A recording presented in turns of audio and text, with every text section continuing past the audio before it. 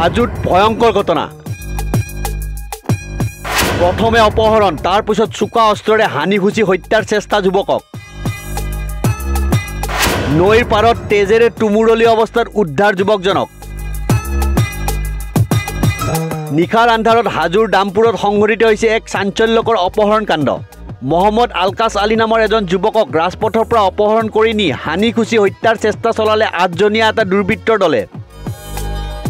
ভিনিয়েকৰ সৈতে ৰাজপথেৰে বাইকত আহি থকা অৱস্থাত পূৰ্বৰে পৰা খাপ পিটি থকা দুৰ্বৃত্তৰ দলটোৱে আগবেটি ধৰি সংঘটিত কৰে এই অপহৰণ কাণ্ড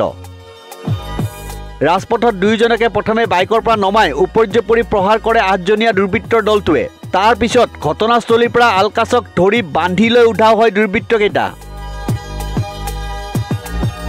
এই ভয়ংকৰ কাণ্ডৰ বিষয়ে জানিব পাৰি যুৱকজনৰ পৰিয়ালত হাহাকাৰ লাগিল লগে লগে খবৰ দিয়া হ'ল আৰক্ষীক কিন্তু বহু বিচাৰ খুচাৰৰ পিছতো পৰিয়াল তথা আৰক্ষীয়ে কোনো সম্ভেদ উলিয়াব নোৱাৰিলে আলকাছৰ এই ঘটনাৰ কিছু সময়ৰ পিছতেই হাৰ্ডিয়া অঞ্চলৰ নৈ পাৰৰ খেতিপথাৰত ৰক্তাক্ত অৱস্থাত উদ্ধাৰ কৰা হ'ল আলকাছ আলীক নিশা মাছ মাৰিবলৈ যোৱা মাছমৰীয়াৰ দলে খেতিপথাৰৰ মাজত অতি সংকটজনক অৱস্থাত উদ্ধাৰ কৰে আলকাছক গুৰুতৰভাৱে আঘাতপ্ৰাপ্ত যুৱকজনক নিশাই ভৰ্তি কৰোৱা হয় হাজো বিষ্ণুৰাম মেধি FRUত কিন্তু পিছত উন্নত চিকিৎসাৰ বাবে প্ৰেৰণ কৰা হয় গুৱাহাটী মেডিকেল কলেজ হাস্পতাললৈ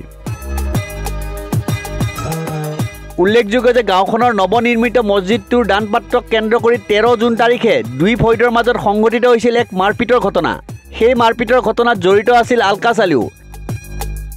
13 তাৰিখে সংঘটিত এই ঘটনাৰ পুতক তুলিবলৈ আনটো ফৈদৰ লোকে অপহৰণ কৰি হত্যা কৰাৰ চেষ্টা চলোৱা বুলি অভিযোগ কৰিছে আলকাছৰ পৰিয়ালৰ লোকে এই ঘটনাত চিনাক্ত হোৱা অভিযুক্ত কেইটা ক্ৰমে ৰাণা আলী আজাহাৰ আলী ৰিকি আলী